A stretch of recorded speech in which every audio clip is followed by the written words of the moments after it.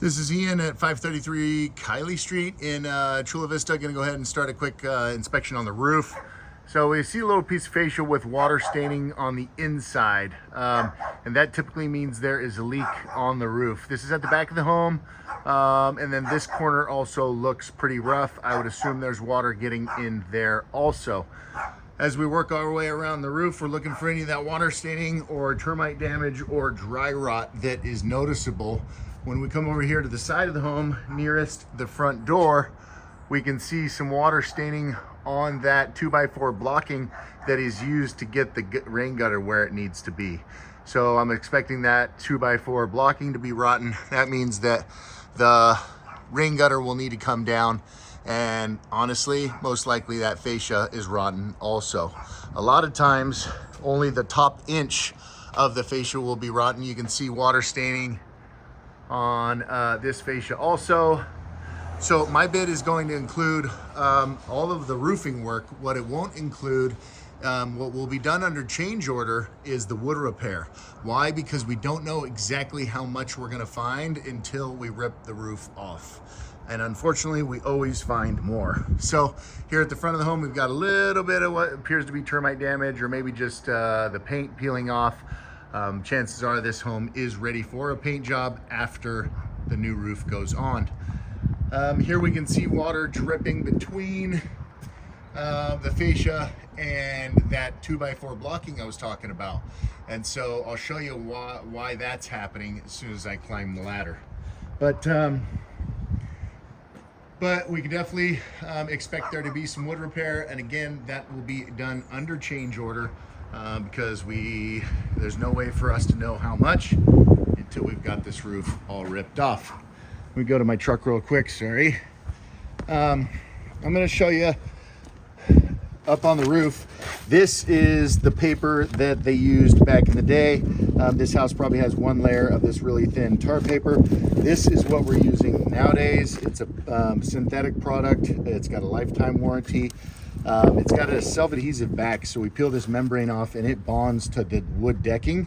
And then it also has a really thick rubberized center to self-seal around all the nails that go into the tile. So anyways, if you ever sell this place, this new roof with a lifetime warranty, both on the underlayment and on my workmanship, is a huge selling point. Look, we got a missing tile right there. And now that fascia has been exposed, and I would expect that corner to be rotten. Let's go ahead and jump up on the roof and I'll show you what's going on up there. As I look around the neighborhood, surprisingly, there is one house across the street that has been re-roofed, but the vast majority of this neighborhood is still original. Well, we can see those failing windows there. The product is a concrete S-tile, very typical Capistrano shape, and the tile's in pretty good shape. And believe it or not, this concrete tile only gets harder with age, so this roof, or this material, will last another 30 plus years. It is the waterproofing underlayment underneath the tile that goes bad. And so unfortunately, yeah, the waterproofing underneath this tile is beyond its life expectancy and absolutely needs to be replaced. We see some broken tiles here and there, nothing crazy. This valley is really tight. This is the old-fashioned way of doing a valley, and it catches debris. Once there's debris in the valley, it shoots water in ways it's not supposed to go. So when we put this roof back together, we'll be sure to open up this valley so that we don't have any issues going forward. There has been a little bit of maintenance on this roof. We can see that somebody came back and applied some caulking around all of these penetrations. There's also some broken tiles that have been repaired over the years. So one of the big no-nos on this roof is the fact that they did not do any mortar up at the ridge. And so if I can show you this angle, this nail head has been exposed ever since this house was new. And sure, that works when the underlayment is in good shape, but wind-driven rain is getting up in there, getting underneath the tile. And I can almost guarantee that we're gonna find some rotten plywood from areas like this where water's been getting in. We got 3 dormer vents on this house. We're gonna go ahead and replace those with O'Hagan vents, which tend to work a lot better and stay a lot more waterproof.